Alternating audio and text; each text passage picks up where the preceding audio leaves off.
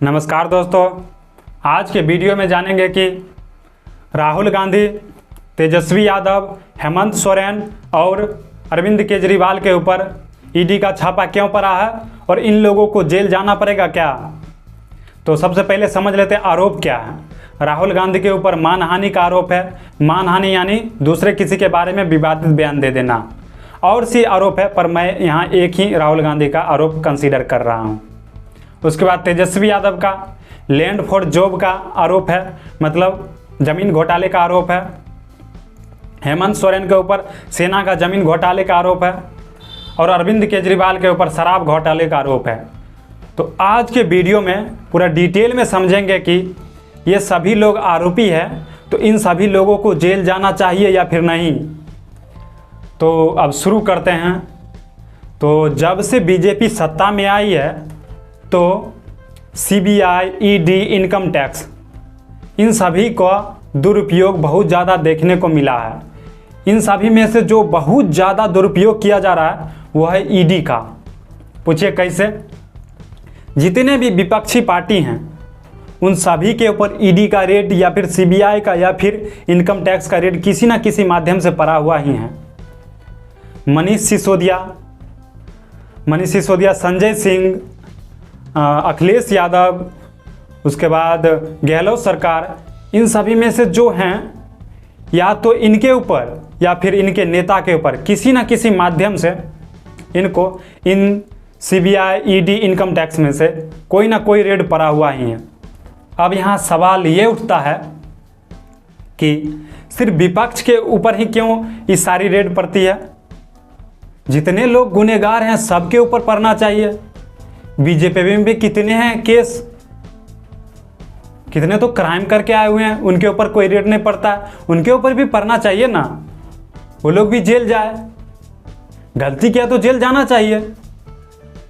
और ये सभी जो नेता चार बताए हैं, नेता है कुछ ना कुछ गलती करेगा है, पर पूरा विपक्ष को मिटाने की प्लान है। विपक्ष को, बीजेपी की। सोचिए, आप सिंपल सा एक उदाहरण ले लीजिए। आपको बीजेपी पार्टी पसंद नहीं है, ठीक है, आप किसी दूसरा पार्टी को वोट करना चाहते हैं, ऑप्शन रहेगा तभी ना आप वोट कीजिएगा किसी दूसरा पार्टी को।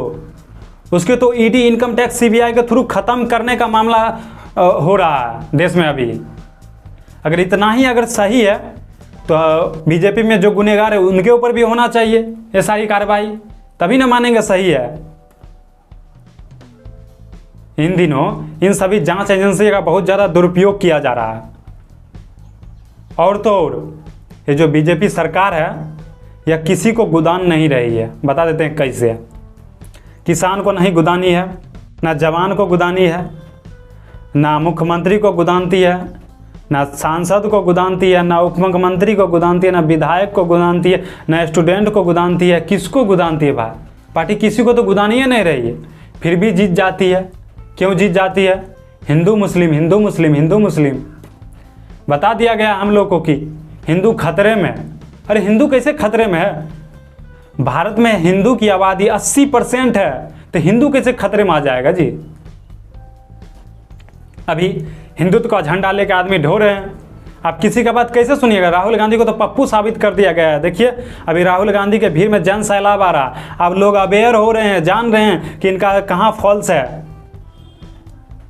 पप्पू साबित कर देगा, आपको एंटी हिंदू साबित कर देगा। आप किसी का वीडियो देखिएगा नहीं देखिएगा, क्यों? क्योंकि आपको जाति और धर्म का तो नशा चढ़ल है। किसी का मर्डर कर देंगे जाति और धर्म पे। सबसे पहले होना चाहिए इस पे ना काम होना है, शिक्षा, स्वास्थ्य, रोजगार। इसके लेके बीजेपी क्या की है? कोई काम की है? अच्छा, वोट मांगती है हिंदू मुस्लिम और मंदिर के नाम पर। ठीक है, मंदिर के नाम पर मांगती है वोट।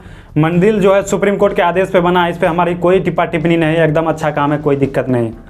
पर मंदिर के साथ साथ रोजगार का भी तो काम होना चाहिए। मान लेते हैं मंदिर में अगर 1 से 2 लाख आदमी का ही रोजगार लगा, ठीक है, इतनों दिनों में उतना लगेगा भी नहीं, फिर भी मान लेते हैं अगर 2 लाख आदमी का ही सिर्फ रोजगार अगर लग गया तो करोड़ों लोग बेरोजगार हो गए हैं इनकी सरकारों में। उन सभी लोगों का क्या होगा? सारी नौकरियां खत्म की जा रही है, सभी नौकरी को बेचा जा रहा है। अभी जानते हैं देश में क्या क्या बिक गया है, आपको पता है? रेल बिक गया है, बिजली बिक गया है, कोल बिक गया है, बैंक बिक गया है, LIC बिक गया है, और भी बहुत सारी चीज़ों बिक गया है, जो कि हम बाद में एक डिटेल वीडियो बना देंगे कि बीजेपी सरकार ने क्या क्या बेच ली है और खरीदने का क्या काम किया है। ईडी खरीद ली है, और विधायक या सांसद कहीं बिकता है तुरंत जाकर खरीद लेती है। कहाँ जा रहा है देश? वाह। फिर भी बीजेपी जीत जाती है। क्यों? हिंदुत्व का झंडा। हिंदू खतरे में, हिंदू खतरे में। कैसे हिंदू खतरा में जी?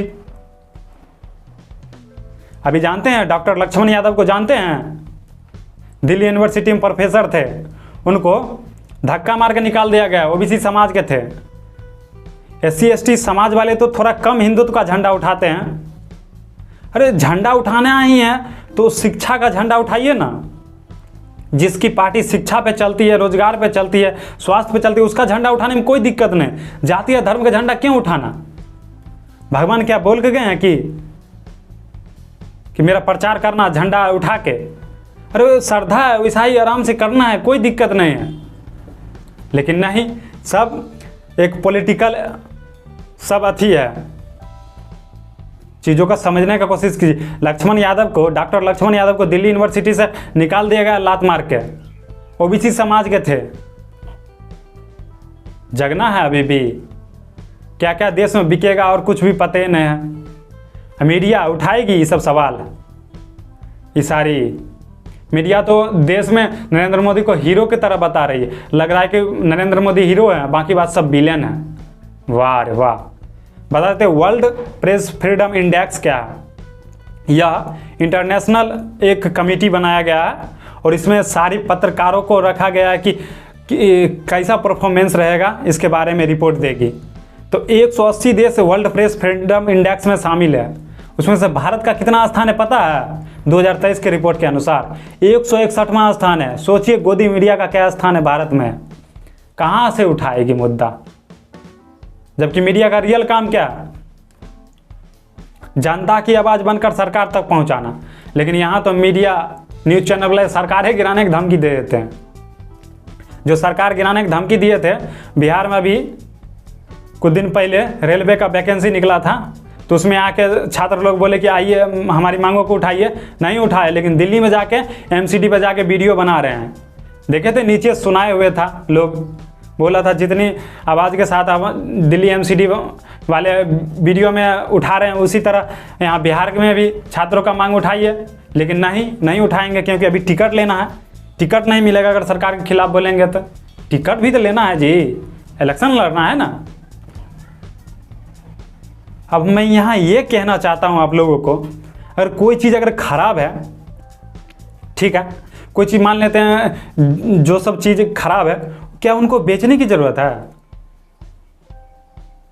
रेलवे बेच दी, LIC बेच दिया है, कोल बेच दिए हैं, बिजली बेच दिए हैं, और भी बहुत सारी चीज़ों बेचे। क्या ये सब बेचने की चीज़ है? मान लीजिए आपके फैमिली में अगर किसी का तबीयत खराब हो जाता, क्या करते हैं आप? उसको दवा ला कर ठीक नहीं करते हैं। उसी तरह कोई संस्था खराब है तो उसको सही नहीं करने का कोशिश करेंगे कि बेच देंगे। अरे जितनी सरकारी संस्था है, कुछ भी चीज़ है, उसमें हमारी जॉब होती है, जो एलिजिबल है उनका जॉब होता है, वो एक परिवार की तरह है। उसको आप बेच दीजिएगा तो किसी भी समाज का भला होगा ना। OBC समाज का भला होगा, ना SC ST समाज का भला होगा, ना जनरल समाज का भला होगा। किसी समाज का भला होने वाला ही नहीं। लेकिन देश में सब बेचा जा रहा है, फिर भी बीजेपी जीत जाती है। क्यों? हिंदू खतरे में है। अरे हिंदू की 80% आबादी है, हिंदू कैसे खतरा में है? बेवकूफ़ बना रहे हैं सब बीजेपी वाले सब बेवकूफ़ बना रहे हैं। अब बता देते हैं, ये सारे विपक्ष पे चल रही है यार। देश में जितने भी विपक्ष सब पर कोई ना कोई जांच एजेंसी चल ही रही है। कोई विपक्ष रहेगा, बचल रहेगा, तभी ना वोट कीजिएगा। ऑप्शन ही नहीं रहेगा तो आप वोट कैसे कीजिएगा? सिंपल सा मान लीजिए, अगर बीजेपी पार्टी आपको पसंद नहीं, दूसरा किसी को वोट करना चाहिए तो कैसे कीजिएगा? अरे ऑप्शन रहेगा तब ना, ऑप्शन ही नहीं रहेगा। जागिए, अभी भी जागिए। सबसे पहले शिक्षा, रोजगार, स्वास्थ्य पे जो सरकार काम करे उसी को वोट देना है, चाहे जो हो जाए। संविधान हमको आपको बोलने का अधिकार दिया, उसके बारे में जानते हैं? कौन लिखे थे उनके बारे में जानते हैं? बाबा साहब डॉक्टर भीमराव अम्बेडकर। उनके बारे में डिटेल से पढ़िए, जानिए क्या क्या हो रहा है। मतलब कुछ भी मीडिया शब्द और भ्रष्ट है, अब गोदी मीडिया हो गई है, कुछ कहना नहीं मीडिया आर्क। ठीक है, आज के वीडियो में कुछ ना कुछ आपको सीखे होंगे। वीडियो का शेयर कीजिए और जानिए और सही जगह वोट कीजिए, नहीं तो आपका कल्याण होना तय है। ठीक है, जय हिंद।